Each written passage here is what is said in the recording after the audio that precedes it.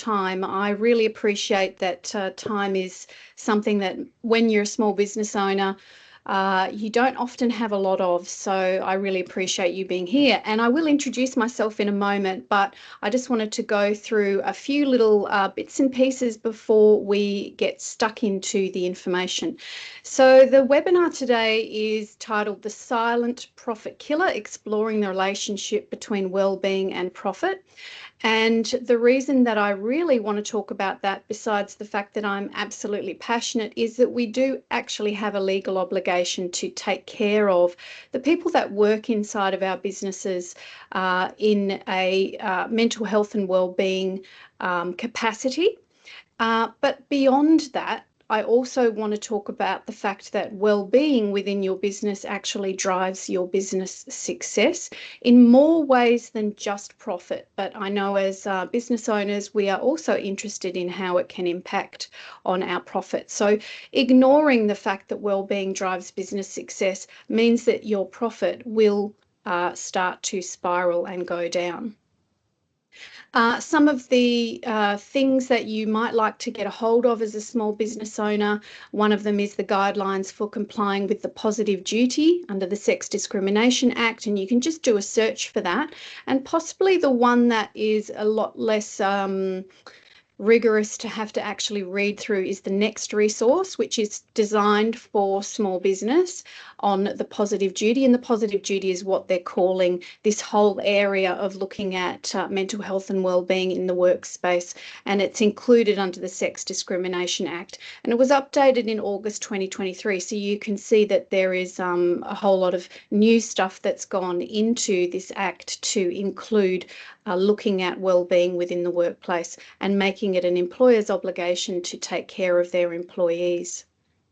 And the other places or the other spaces that I looked to gather information was Indeed and the Gallup reports, which are also excellent.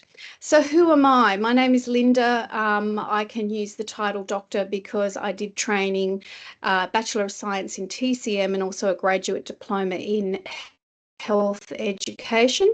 I have a geek's love of neuroscience. I've always been so passionate about understanding people and the way that they work. And neuroscience actually doesn't tell us too much about the way that people work. And so I became a practitioner to find out even more about that. I am a small business owner myself, always have been. My entire career has been in small business, which is another reason that I'm so passionate about getting these tools out to other businesses. I'm also an author, and my crowning achievement is that I'm a mum of two incredibly beautiful humans that I'm very, very proud of. Okay, so I'd like to ask you, and if you want to come up with some ideas or pop them in the chat, Rod, if you could monitor this and shout it out if people pop some stuff in. What do you believe are common hesitations or concerns or worries around why small business owners or business owners in general would actually hesitate to look at putting some kind of a wellbeing program in place?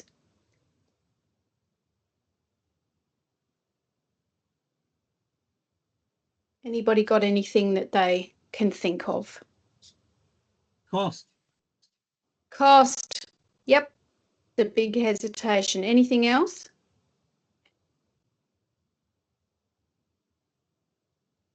If they have employees, I guess to retain employees. Yes, that's one of the reasons that we certainly want to do it. I'm asking about why would people be hesitant? Why would they struggle to take this on as a concept? I don't have the skills. I don't have the right skills and knowledge. They don't know that they have to do this, I guess. The right skills, maybe. Yeah. Yep, absolutely. And that really does cover off on many of the ones that I hear a lot of the time. So it's the costs versus the return on the investment. So people not really knowing, well, okay, so I'm going to throw money at this thing, and am I actually going to get a return on investment? So the outcomes can often be unknown. Time is another big factor, and confidence and knowledge on how to actually do this and do it well and make it worthwhile so that you do get a return on investment. And then, of course, it's understanding how to actually implement. But there is one more thing that is included and should always be included, and included in this conversation, and that is what often stops businesses from taking well-being seriously, besides those other things, and so putting it in the too hard basket, is a failure to understand the cost of doing nothing. And I'm really going to say, I want to say that again. It's a failure to understand the cost or potential cost of doing nothing.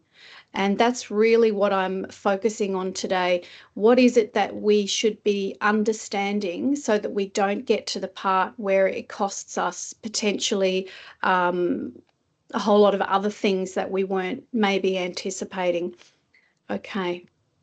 So if we understand the costs and the risks,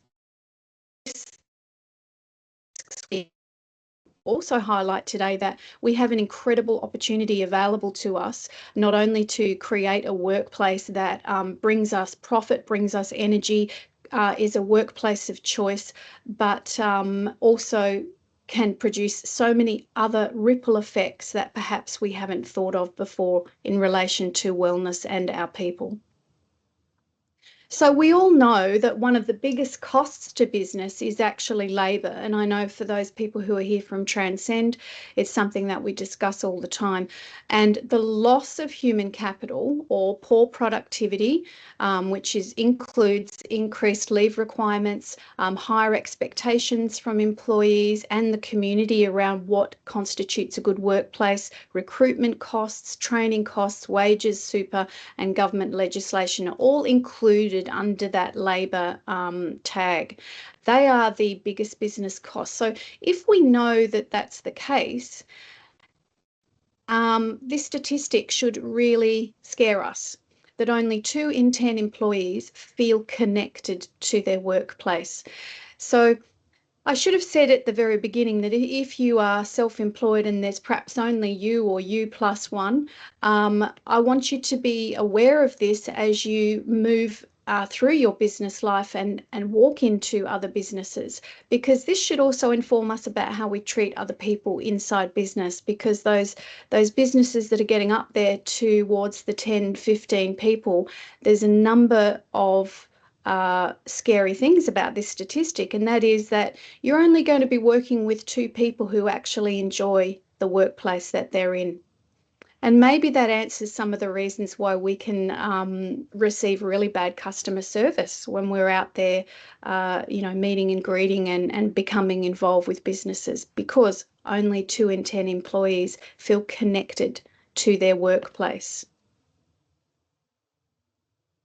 The majority of the world's employees are quiet quitting. And for those of you who haven't heard that term before, that means that the person is sitting there thinking about moving on. They're not making a big deal about it. They're not talking about it. They're just sitting there quietly and having those thoughts. And this is a pretty staggering figure when we look at it, because this reinforces that 2 out of 10, where 23% of employees are engaged at work. So they actually want to be there. They enjoy being there. They're happy to input whilst they're there. The rest of them are either quiet quitting, so they're thinking of moving on without telling anybody about it, or they're loud quitting, so they're actively disengaged. They are making it quite clear that they're not wanting to be there. These might be the people who are away more often than not. These might be the people who are using up their sick leave way over and above what the quota is. These may also be the people who are suffering from perhaps emotional or health well-being issues. And what you've got there basically is, over 70% of people, 77% of people who have this thinking in their head already that they are considering leaving your business. Question for you, Linda. Is there any detail with respect to a particular industry that's better or worse in some of these areas that you're talking about? I'm sure there is, and Gallup often go into discrete industries, and it would be worth us actually having a look at that, Rod. I didn't go into that much detail for today, but that information is certainly out there. Yeah. So the way that this information was gathered was across every country. So it's a global survey that's done annually. And I'm going to point you to some Australian and New Zealand stats. And they are collected, I don't believe, actually, I'm not sure. But anyway, I'm sure we can dig into that information. So the other stat that's pretty scary is even when employees are engaged, so even when your employee is actually happy about being there in your business, 43% of them still kind of occasionally entertain the idea that they might want to leave. When they're actively engaged, disengaged, I beg your pardon, 61% of them are actively seeking a new job. So even when they're in your business, eyes are still open, looking around, thinking, oh, that sounds interesting, that job. They're not necessarily looking or going out there, but they're watching for those opportunities to come up. Is there any questions in relation to that so far? There was a question from Jamie. Yep. And it's a good question, but I think you've sort of answered it. Is there any correlation in your numbers, again, pre and post COVID? Because I guess from what we see in the marketplace post COVID, this whole working from home scenario has caused a lot of challenges. Yeah, and I do actually point to at home, at work, and the hybrid model. And so there is some really interesting information there around, has that hybrid model created a difference? And there was obviously a pre and post COVID report done by Gallup, but they are saying, generally speaking, that things haven't really shifted in a positive direction. So there have been some micro changes that are better after COVID, but really we're still in a pretty rough place in terms of the way that people feel about their workplace. Okay, job climate. So thinking about the job situation in the city or area where you live today, this is the question that was asked of participants in the survey. Would you say that it is now a good time or a bad time to find a job? And in Australia,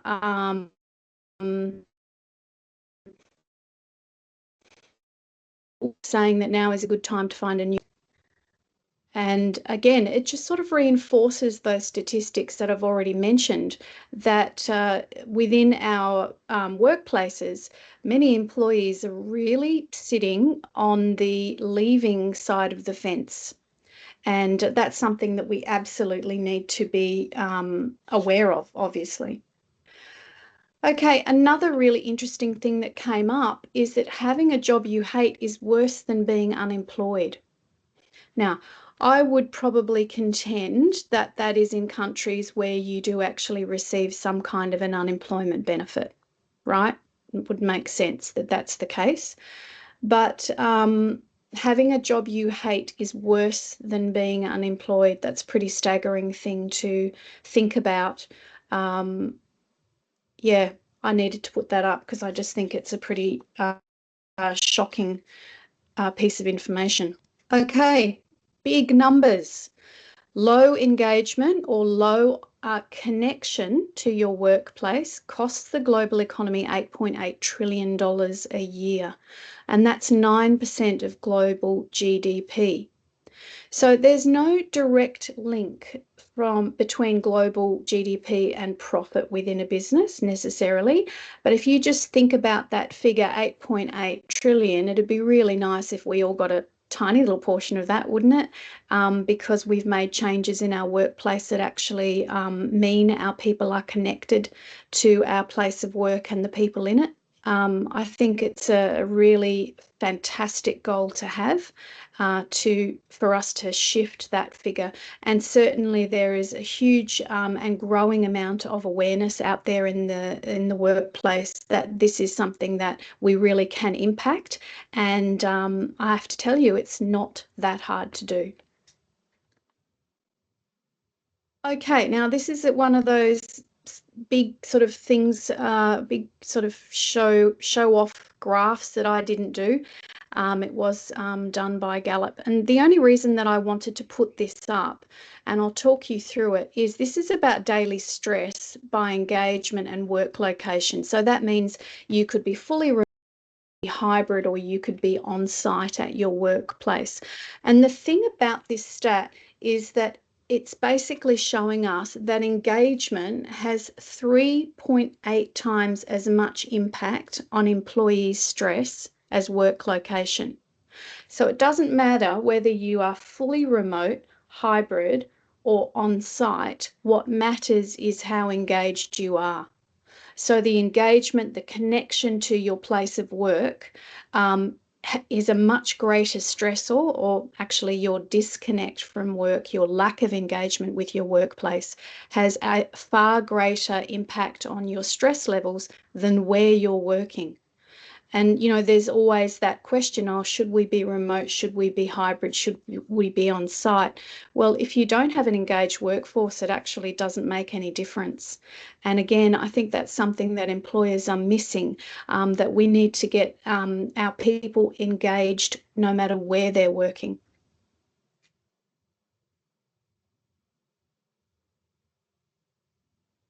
And again, employee engagement across Australia and New Zealand. Australia, 20% of our workforce is engaged, which again reinforces that 2 in 10. Yeah.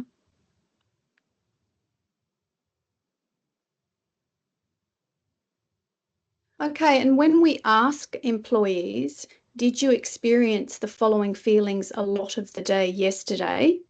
And this is a stress-related question. In Australia, 48% of them said yes. And I would imagine that as business owners, if they simply interviewed business owners, that would be a much higher figure. Certainly through COVID, if we've brought COVID up, so I'll mention that certainly through COVID, that figure would have been absolutely through the roof for many businesses. And even those businesses that had that massive growth rate through COVID because of the kinds of services that they delivered, they were managing huge levels of stress as well to actually be able to scale or grow at such a fast rate, to be able to manage the new what was required of their business to be able to actually produce. Okay, so just to sum it up, and it's not just Gallup, this is one of the other sources that I used, and their key findings were that 50% are looking for a new job in the next 12 months. So again, that sort of reinforces that we've got a lot of people who are actually sitting in their job, but they're looking out. They're having, you know, something might come across their desk and they're paying attention to it. We've only got 23% of our people who, and if you think about then what that might actually mean to productivity, to creativity, to imagination, to offering up the best of who they are in their role at work, then it's pretty clear that we as employers are missing out on an enormous amount from the people who are in our place of work. 25% of our people have an average or poor work-life balance, and that term work-life balance is something that has been bandied around a lot. We've heard it a lot, particularly in the last probably 4 to 5 years. So prior to COVID, it was definitely out there in the ether, but it certainly became a real force after COVID. Personally, I think that there's no such thing as work-life balance because it's all life. And we really need to start thinking about the fact that we're spending our lives within our workplaces or doing the roles that we have. So reaching out to try to find some happiness and some harmonious continuity between the places where we live and the places that we work is a really important thing to manage our stress and to stay well. And 46% experience stress and burnout in their current job. And, again, I would contend that many of those, that includes business owners as well. I'll just check in. Is there any questions at this stage? No. No, all good. Okay, great. So the quickest solution to your biggest expense is, drum roll please, building engagement. I'm hoping that you sort of picked up that as we were rolling through the information.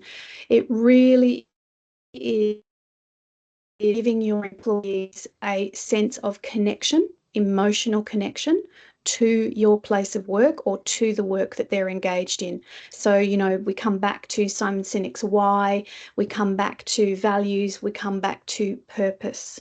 And as business owners, as employers, what are we doing to truly understand why our employees are even at our place of work to begin with? And do we really understand what it is they want to achieve by being in our workplace? What is it that picks them up and brings them in every morning, or has them produce what it is that they're employed to actually do? And I just want to talk a little bit about what actually is employee engagement. So the definition is the strength of the mental and emotional connection that employees feel towards the work they do, the teams that they work with, their organisation. So it's pretty straightforward.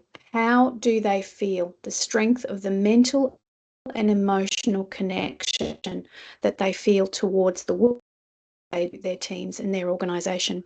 And the reality is that it's not a common conversation that we have with our employees or with our workmates, or even if we have a business partner. We're often not spending that time becoming truly aware of why they are actually doing the work that they do. And just to give you a personal story, I was in corporate for about 5 minutes. I wasn't in Rod's corporate because he always says he was in a good one. I was in another one, and I lasted for about 5 minutes. In the whole scale of my career, I lasted for about 5 minutes because there was simply no connection to the organisation, the work that I did, or the team that I was working in. It was an absolute values alignment. And I was very young at that stage, so I didn't have the I guess the emotional awareness to actually check myself before I went for that job. But it was an established organisation, and they also did nothing to actually truly engage me in the culture of that place of work. So I'm a corporate escapee. Does anybody else have an experience where they have been working out there in the wild world of business and they have felt really disconnected from the place that they were working? Yes, I do. I absolutely had that. I don't want to use the negative terms, but yes, the pleasure of working in a disconnected world, in a corporate world. Yeah. I lasted there for 3.5 months. Yeah. I'm very strong that I lasted there for 3.5 months. It's nothing wrong, but there is no connection towards what I do. Not even mental, emotional, physical, nowhere I was connected with the organization and the work I do. And being a HR manager, I was like, I was supposed to take care of mental health for all my employees, but I wasn't being able to do that because there was no budget allowed. There was like the guidance provided to me was different. My ethics were not allowing me to do the wrong stuff, I would say, towards employees. So I felt that disconnection. I can completely relate to what you're saying there. Yeah. And I think that unfortunately HR has really been turned in for many businesses into a tick the box and make sure that they're really doing their due diligence and all of those sorts of things. Whereas what I'm talking about is something completely different to that. And it sounds like that's exactly what your experience is too. Yeah. Yes. Yeah. 100%. Anybody else have that experience? No, wow. Well, I think we've got about 8 people here, so that's not too bad. Sorry, I missed the question. Oh, the question was, I'll go back. Have you ever had an experience where you're working for an organization or a business and you literally feel no connection to that place of work? Yeah, like an outsider, yeah? Like I don't belong here. There's the group over there and I'm sort of out here. Like, yeah, I have. Yep. And did you stay there for long? No. Yeah. Because something inside us really has to shift us on. And, I was certainly one of those people that every time a new job came across my desk or I heard about something else, I was actively quiet quitting. And I was one of those statistics. There's no doubt about it. Okay, now the really good news is this. 95% of employees can rebuild that connection and that engagement and trust in their leadership when the leadership leads and supports change. So really helps to manage people through change that's happening within the business rather than just saying, right, here's your new job description or here's your new role or this is what you should be doing, or we're making system-wide changes, but you can work it out as you go along. That is completely unhelpful. When leadership communicates clearly and often, and people feel like they have access to that leader or that leadership team, then they often feel much more connected to their organisation. And when leadership inspires confidence in the future. So when leadership is actually talking positively about an individual's role within that organisation and how they can see them growing and that there might be opportunities there for them that come up, and having that more personal connection with employees, then all of that trust that leads to the quiet quitting and the actively disengaged loud quitting can be reversed. And I think it's really important that as business owners, as leaders, as people who have HR backgrounds, it's really important to understand that the key thing that we can do is connect to our people and actually have them feel like they matter to us, they matter to the business, and they are highly valued.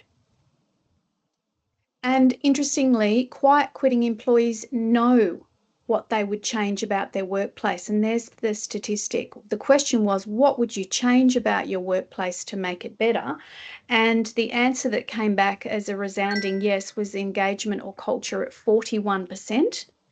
And isn't it interesting? It came in pay and benefits at only 28% and well-being at 16%. And I would contend that if you add engagement or culture, that actually includes well-being, and pay and benefits is also a part of feeling good and feeling engaged in your workplace. But if you just add engagement or culture at 41% and well-being at 16%, we've got 57% there. Isn't that interesting how we could swing our business just by looking at the engagement, our culture, and looking at well-being within the individuals in our workplace? And I'm also going to put in there the well-being of ourselves in our workplace as business owners and managers. Okay, so we mentioned before that some of the dilemmas or some of the hesitations that businesses have is around return on investment. So mental health support programs, return on investment ranges from $2.30 to over $4 for every dollar spent. That's from Sonder. Employee assistance programs report return on investment is £8 for every pound invested. And holistic wellbeing programs, and I would argue that these are the best of the best, comprehensive programs that address various aspects of employee health and wellbeing often achieve even greater returns. So they don't just do one thing, They do a multitude of things within that workplace and for those employees. And it's a really holistic look at not only the culture for employees, but it's actually looking at how is the business structured to deliver that? What are our feedback mechanisms? What programs can we run? How are our leaders actually being examples to our employees about how to take care of ourselves and the importance of bringing all of ourselves to work and loving that process and being accepted for who we are so we can actively engage. So the question here for you is, what can you do to engage your team? Have people been involved in wellbeing programs or some form of culture building at all out there in the past jobs that you've done? Anybody got an example? I would say yes. Yeah. On the other side, so the person who organized was our team. So I would love to hear if anyone wants to share about the employee side of the knowledge. But yes, we have been organizing like a lot of lunches, like every monthly ones or 2 monthly ones lunches. We have EAP as well at our organization. So these lunches are really very good activities to engage our teams. Yes. Because we had different sort of teams. Like I had gardeners where I worked in the past. Horticulture team, gardeners, they are always disconnected with all other corporate stuff. So this is an opportunity for them to come in and get involved with and get to know about like who is sitting in office, for example, like HR team or the sales team. So those sort of every monthly activities. Yeah. So it was really bringing people who might ordinarily be disconnected, but are just as important to the function of the business and the outcomes of the business together so that they could feel included, feel connected, and actually start to develop some relationships. Yes. Love 100%. it. Yeah. And as a person who was organizing that, how did that make you feel? It's great to hear all that feedback when people come and walk to us, say like, oh, Ramya, I know you now. Like, I met you there in the lunch, remember? So that sort of feedback, like, this is very good. At least you are disconnected from work for an hour. Yep. So even if when it's a hot day, we used to organize the ice cream van. So that sort of stuff, like, it's not that we can't buy for our own selves, but it's again like horticulture is not an easy work because 8 hours you'll be standing and you'll be working in gardens. Yep. So it's good to disconnect for 1 hour for work, and that's good feedback, right? We feel happy, but it's not me who did it, but the organization has given us the budget and that they allowed us to do that, so which is good again. Yeah. But can I ask, did you feel as the professional that you are that you were on purpose and doing really good things in your role absolutely. when you were 100%. Isn't that fantastic? Isn't that fantastic? And think in another way, like if I'm not a HR, I'm an employee, I would definitely love those sort of activities to get us engaged. I guess yes, 100% I would say yes. I was involved in. Love it. Love it. Anybody else had experiences where their business has, really taken this on board and offered up opportunities for engagement or connection in other ways?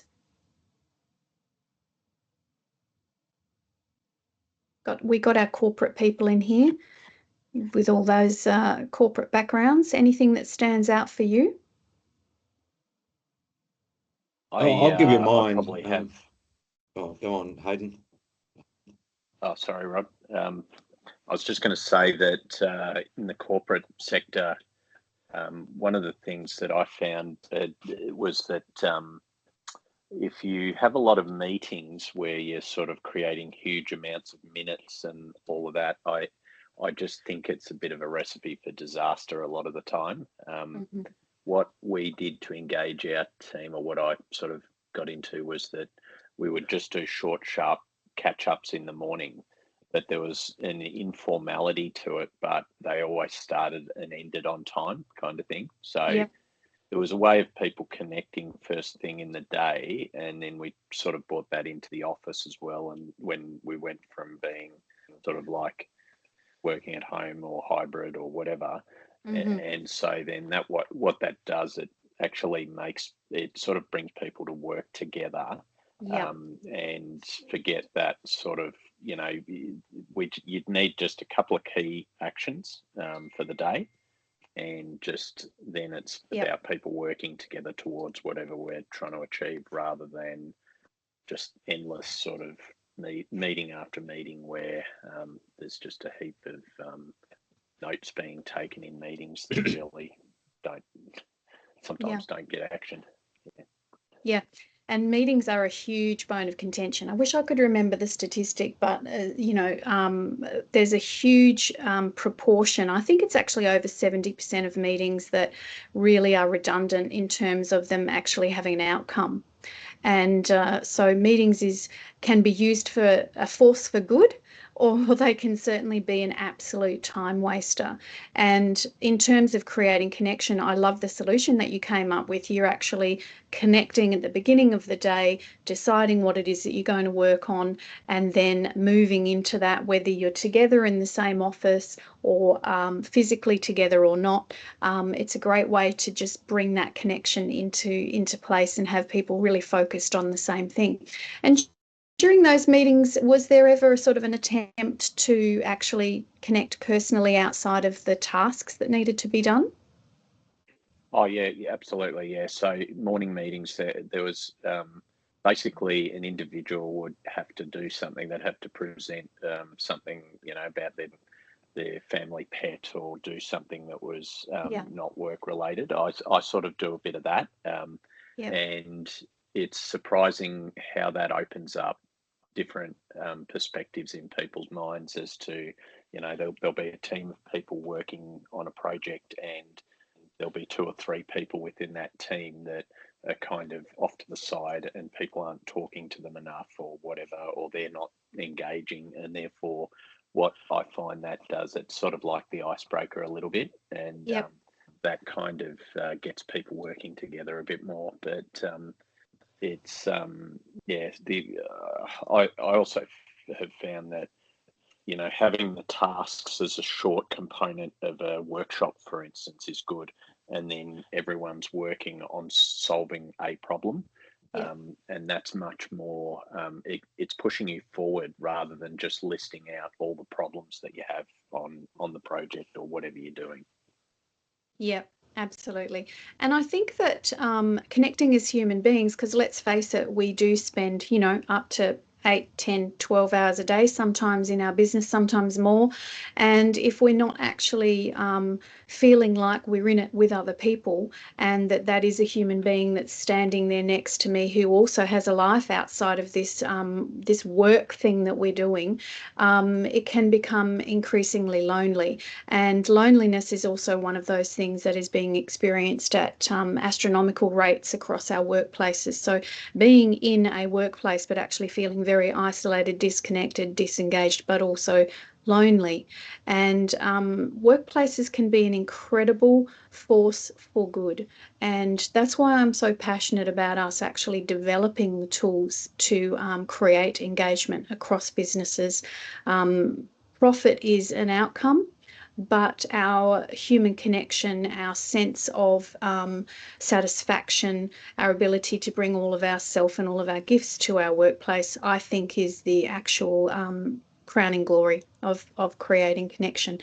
Is there anybody else who's had an experience that's been really positive? I'll give you a positive and a not so positive. So the not so positive is I've seen organisations of all sizes. A new employee starts, and he or she rolls up, and there's no introduction. It's literally they're thrown to the wolves, and they're even if there's a person that's supporting them on the job, the rest of the greater team has no idea who they are. And there's a simple thing that is not hard to fix. You probably heard me in some of the workshops. I was lucky to work for a really mature type business that got this stuff before it became top of mind like it is right at the moment.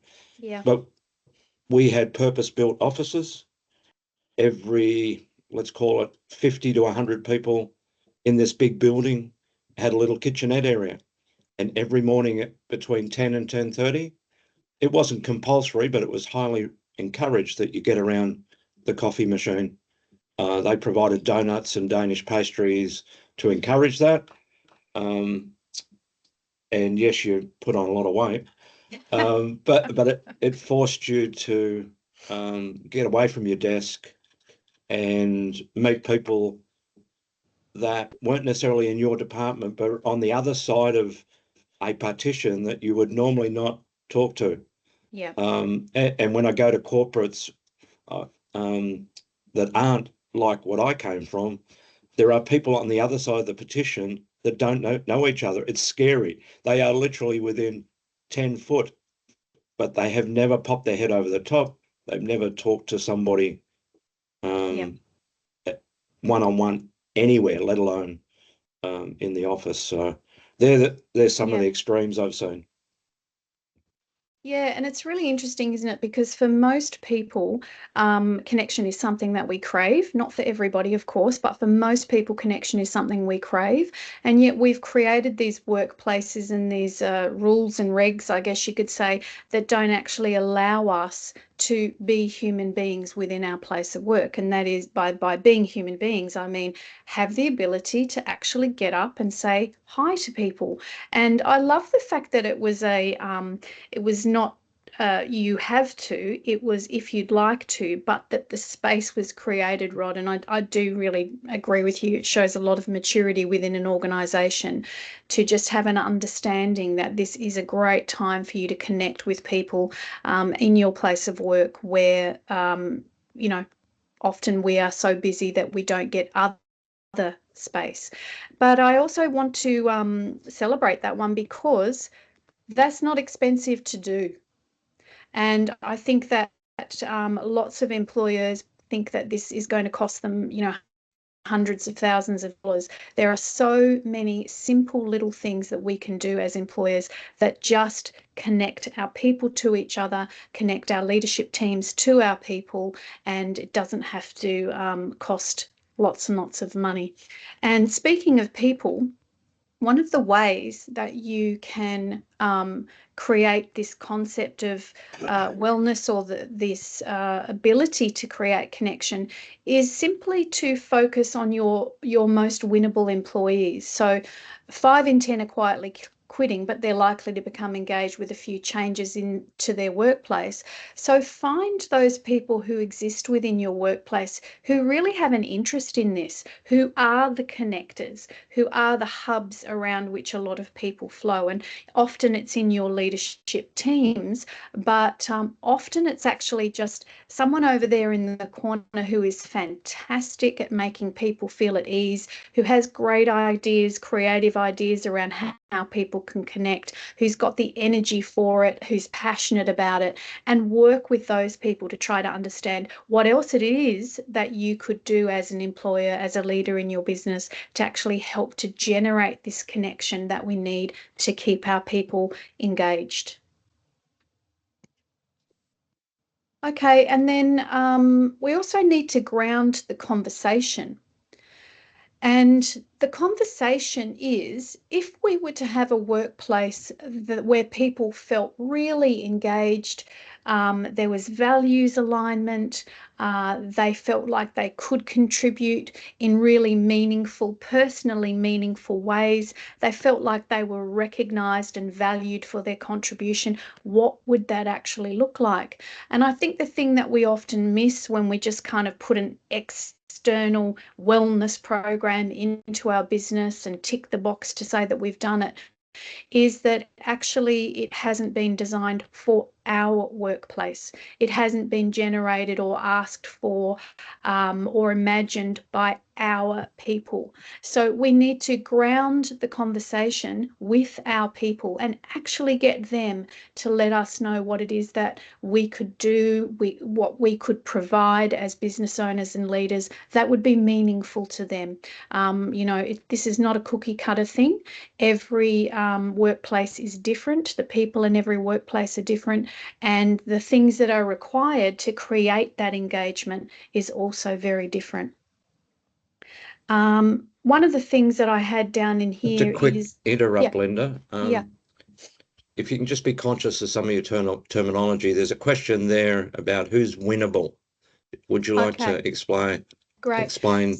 Yeah, so winnable is a person who has perhaps mentioned to you that they're really interested in creating a book club or a walking club, or have we ever thought about getting yoga in the workplace, or can we have a designated time every month where we can just go out and do something social, or I'd really like to do this with the team. Can I get permission or funding to do that? So there will be certain people who've already expressed that they're interested in creating a stronger community.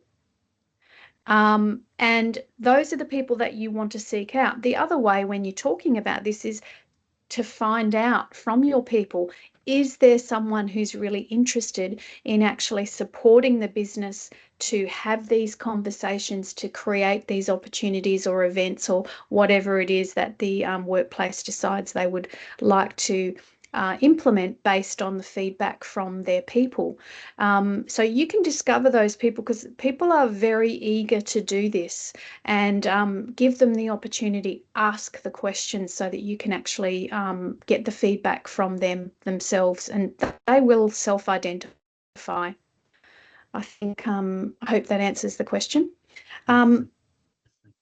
So what we're looking for when we're looking at having these conversations is that we're wanting to test the strength of our foundations around this whole concept of inclusion and engagement and connection. We're wanting to actually check, well, do people feel that way? And surveys are always a great way to do this. However, surveys are always viewed with a little bit of, who's going to find out what I really think? And maybe it's not safe for me to actually include what I really think. And so I always recommend anonymous surveys, or if you are looking at perhaps getting somebody in to support you to create a program, then they have access to that data, but the workplace doesn't actually have direct data, or it's de-identified data.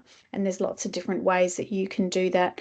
You also need to have conversations around, well, what is our culture? What do we want our culture to be? And what I have found in workplaces is that often employers are asking employees to retrofit their values and what they believe a good culture is into the company's culture.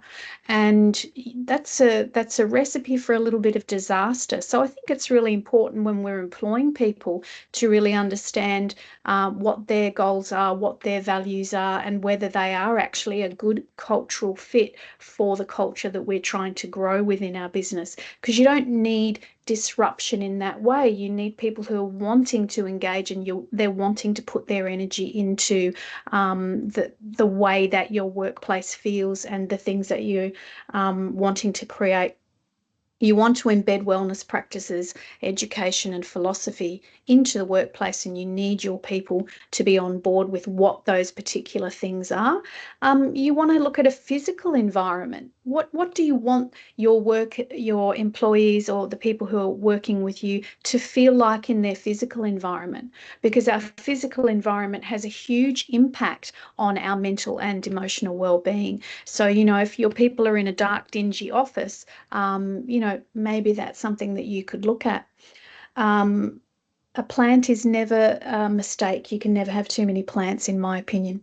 Okay, so physical environment, and that's also regardless of whether it's hybrid, in place, or fully remote. Somebody who's sitting at home and they're in a dark, dingy cupboard because that's the only space that they have to work from. What could you do to actually make their work environment a more relaxed and beautiful place to be in? And what an amazing thing that you could do for your employee if you could create that space for them where they actually enjoy walking into and then producing the work that you're asking them to produce. The other thing that we miss is that our culture is an everyday expression. Our culture is something that we see in the relationships and the behaviours that are acted out every day in our business, and we forget these things. So having conversations around that is a really powerful way to get that engagement up and happening. The other thing that we really need is incredibly robust feedback systems, and I've already mentioned surveys, but there are very, very simple ways that you can put feedback systems into your workplace so that people can let you know when there's problems, but also let you know when something is successful or when something is really working. And these are not difficult things to do. They just require a little bit of imagination, and they also require an absolute commitment by leadership or the business owner to look at that feedback and really take it seriously, and then feed back to their employees or the group as a whole what is going to happen in relation to the feedback that was given, to continually build trust and to make sure that that engagement stays in place, because employees know that they're being listened to. So very robust, rich feedback loops is super important. And Rod, you mentioned this earlier, onboarding processes. Are we just picking up people and introducing them around the office one day and then that's it, they're on their own? How are we actually bringing people in and including them and introducing them and really finding out what their gifts are and why they're even in this place of work with you? So we're grounding the conversation, and then we're going to lead the conversation, and our leadership needs to lead the conversation. And not only that, they also need to lead the implementation, because again, our people need to see that our leadership, our business owners are invested and are committed to there being a change in our workplace, or there being a positive uptick, or there being, you're just moving from great to even greater. And people need to be able to see that their leadership team are walking the talk and talking the walk. And obviously this is a top-down and inside-out approach, and we want leadership to be really shining the light on this and leading the conversation. And what does leadership need to actually be able to achieve that? Well, they really need to get, a great insight into what drives them as a person. They need to be connected to why they're also in the workplace. They need to understand what they're passionate about. They need to understand what brings out the best in them, and then explore what that is for other people, because it's never the same thing for every single person in the room. People have different drivers, different motivations, different values, and there are ways that we can find out what it is that's really going to keep them inspired and engaged in our workplace. They need to develop their emotional, their EQ, so their emotional literacy as well, and they also need to build in sustainable practices for themselves so that they have the energy and motivation with their teams. And then, of course, we need to grow the conversation around well-being and wellness. Leadership needs to encourage others to participate and then expand on any initiatives, putting in those feedback loops that are really rich and engaging in themselves, and then proving that they're listening, being committed to feeding back in relation to whatever feedback they give, and then encouraging that conversation to be something that happens in everyday life, much like those get-togethers in the morning or that coffee catch-up at 10:30. Give people the tools, the environment, the space that they need to continue to discuss these things. Okay, so a little bit of a list here of what can we do to protect our business, ourselves, and our workforce. And the first thing is to understand the real problem. And I'm hoping after today you will understand that the real problem is all about engagement and connection, emotional connection to the places that we work, the people that we work with, and the leaders that brought us into that space in the first place. You need to test your structure for wellness. Do you have time for people to really talk about how they're going? Do you have opportunities for people to connect in the same way as we heard before? People from all areas of the business having an opportunity to come together and share a meal and have a bit of a chat. Do you have an opportunity where people can give you that rich feedback that goes up and then comes back down and is a constant reporting process, so you can check in on how people are feeling about the business, how people are coping with change, what is it that they need to really keep them engaged in the growth and the development of the business, so that out the other end of that, they're staying with you for extended periods of time and you're getting the absolute best out of them while they're there. You definitely need to empower your leadership. One of the most standout pieces of information for me when I've been collating these and all the other webinars I have is that management is the blockage. So we might have aspirational leaders who are all gung-ho and excited, and they pass down the task to management, beg your pardon, or your leadership team. And the block there is that the leadership team don't know what to do. They don't have the skills themselves. They're not engaged in self-care practices or wellness practices for themselves. So they've got no idea how to actually do this. And once you do create something, you need to document it, have an actual plan that people can refer back to, come back to, have a deep understanding of, because you only need to lose one person and programs like this can come crashing down. But if you have that constant engagement with people and you've got people who are really passionate about introducing this to the workplace, keep encouraging that, so the loss of one person won't unnecessarily be felt, and there will be documentation plan of how these things are going to be rolled out so that it is a continuous process. And then, of course, we need to implement. Otherwise, if it's just a document, if it's just a plan and it's sitting on the shelf somewhere, which I have seen many times as well, and there's no implementation, then why are we wasting our time? But there is one really, really important thing even after implementation. That's why the question marks are there. And that is, we have to measure. There are very simple ways that we can create measurement. We can look at the sick leave that's being taken. We can look at the length of tenure of our employees.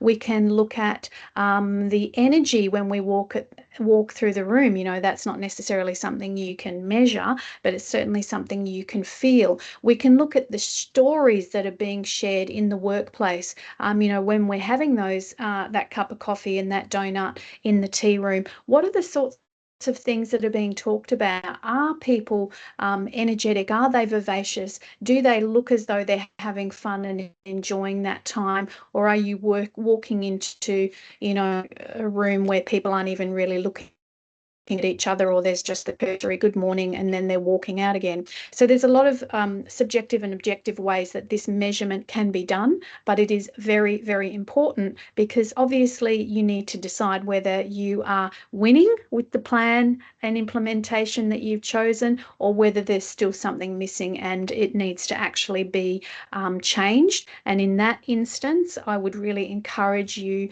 to really look at how is your feedback being processed, and what is the feedback you're actually getting.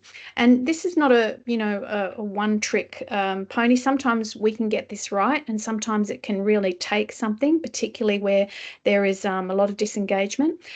So this is not a overnight success, although I have seen workplaces turn around incredibly with some of the simplest ways, being making sure that there is connection in every opportunity that people can be connected, and sharing personal, aspects of their life, aspects of their self. Getting to know each other and building a relationship can turn a place around incredibly. Okay. So who are the best people to drive wellbeing? Obviously, the owner of the leadership team. Wellbeing champions that you can identify, or people who are passionate about the concept of building wellbeing and wellness into your workplace. And often it can be external support as well. However, the caveat on this, and that is that when you bring in external support, a hybrid model is best. You must have people inside the business who are also invested in rolling out whatever it is that's being brought in. Otherwise, it's just this cookie cutter on top of your workplace, and many people will simply be disengaged and disinterested because they don't actually feel like it's about them. It's actually something that the business owner or the business leader have just bought in to tick a box, and they actually don't really care about the individuals and what it might be that would really engage individuals within the business. And when is the best time to do this? When is the best time to do anything that's going to improve our culture, improve the engagement of our people, and potentially lead to profit of all kinds? All the time is now. There's no doubt about it. And again, this does not need to be complicated. It's about providing opportunity, having willingness, generating engagement, implementing, documenting, and measuring what it is you're doing, and constantly get feedback and modifying those small things, no matter how small they are. And I guess the last thing, and we've got an HR expert on the webinar. So where do we report our efforts? Well, I'm not an HR expert, but I do know that it's incredibly important to just document the efforts that you're making in relation to the new government expectations of employers, and document it in the same way that you would all of your other systems and processes, and keep really good records of all of the things that you've initiated, attempted, tried to do to create a positive culture in your workplace. And that will go a long way. That willingness to show that you are trying and that you're consistently looking at ways to improve culture, include people, and make your workplace more meaningful for them. All of those things will put you in really good stead if there ever is an occasion where you're questioned around what it is you're doing to take care of your people. So we can see that I hope I've really impressed on you that engagement and connection keeps people inspired. And inspiration means that they're doing more in their work, and inspired people help you as a business owner that profit back into our engagement and our connection programs. That leads to more inspiration, and away we go. Engagement is about risk reduction. We already established that your people are your most expensive asset, and anything that we can do to keep them in place, but not only keep them in place, keep them happy and in place, is a good thing as far as I'm concerned. Okay, so we're sort of at that section now where I really want to ask you the question. Oh, and by the way, how are you doing? I've been a small business owner for almost all of my career, and I know that there were some times there where I was hanging on by a thread. And often it was because I wasn't doing things for myself that helped me to actually stay well, whether that was walking the dog every day, whether it was putting good food in my mouth, whether it was moving my body in some other way, whether it was connecting with friends, was feeling like the work I was doing was valued, whether I was in alignment with my own values, whether I was engaged. So I would really love to hear your stories, and also we're going to go to questions in a moment.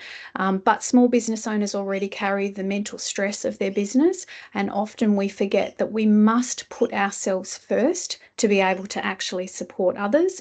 I know many business owners are operating on the smell of a, oily rag, and they're really burning their candles at both ends, and often they're doing an enormous amount to support their people, and they're actually leaving themselves last. And I really want to impress on you that that is the worst thing that you can do, because it simply is not sustainable.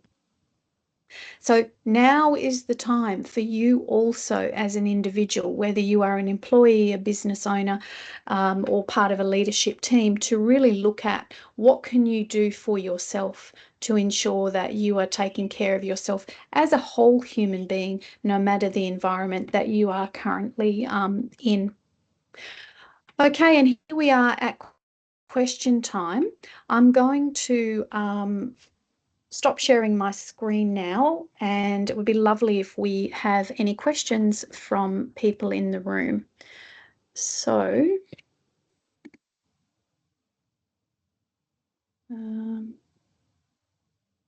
Rod, I'm not sure if you can get in there and actually, there we go. How's that? Am I still sharing my screen? Yep. Stop sharing. Yep. Okay, there we go. Stop sharing. Hopefully everybody will jump back in.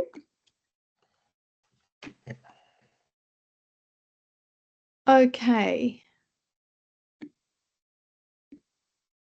Does anybody have any questions in relation to anything that I've said? Yes, you talked about the hybrid model is best. What is the hybrid model? So the hybrid model of wellness programs is where it's driven internally and it's driven externally.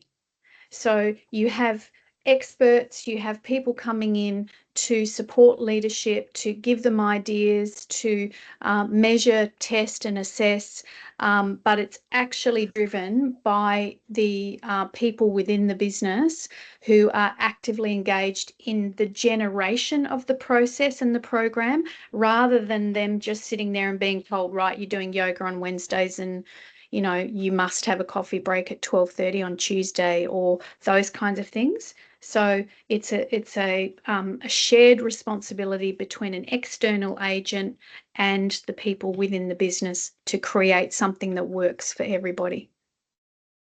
Right. Does that make sense? Sort of. But so like if I'm running a company with, I don't know, 10 employees, I say, do we want to go for lunch once a month or something? But it has to be sort of people within the business and people outside the business. No, okay, good point. Sorry, Christopher. So there's going to be a point where a business is so large that running a wellness program means that you probably do need some support from an exterior operator of some kind. Yeah.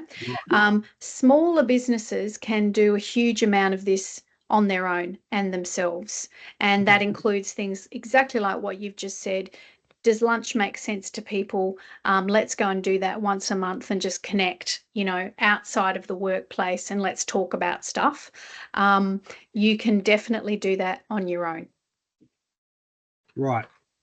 Yeah, maybe another way to phrase it is, if you're going to use external people, just don't handball to them to take over and deliver the program by themselves. Yeah. Because they will come in, leave, and you will get no benefit. So the leadership of the organisation needs to be involved. Yeah. And be able to pick up the ball once the external party leaves. That's it. Yeah. So it's engage. I call it, you do it with them, you don't do it to them. Yeah. Because you want people to buy in to what these external people are talking about. That's right. Yeah. And you want it to be sustainable, which is exactly what Rod said. It's not just something like, oh, let's do this for 5 minutes and then let's forget it. You want to be constantly building up opportunities for this culture to build and for engagement in the business to grow. So there's a lot of tools out there as well, Christopher, which can help business owners or the key people within the business to actually create activities or start conversations. There's a lot of tools out there that you can use to help you if you can't afford at the stage of growth that you're in to actually bring somebody in from the outside. So, feel free to have a chat to me about that at some stage if you'd like to. Yes. Can you tell me about these tools that you've just mentioned? I can, but I'd be self-promoting, so maybe we can have a chat. I'm really happy to have a phone conversation with you if you'd like. Okay, sure. Do you have my number? I'll get it off Rod. Beautiful. Awesome. Okay. Any other questions from anybody?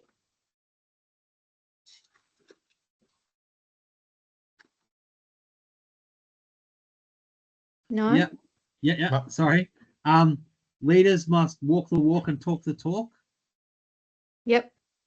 So what I mean by that is, how is your leadership team, you as the business owner, how are you showing people that you're actually taking this seriously by incorporating it into your own life? So what are you doing to take care of your mental health, your physical health, your emotional health? And are you talking about that with your teams? Yeah? Okay, yep. Great.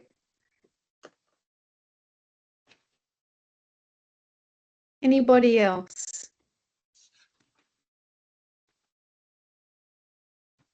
Was there anything in there that people feel that they didn't understand? I'm really happy to, as I've done with Christopher, just clarify anything that might have been missing for you. Or is there anything that you wanted to find out today that maybe I didn't cover and I can cover off or give you some suggestions?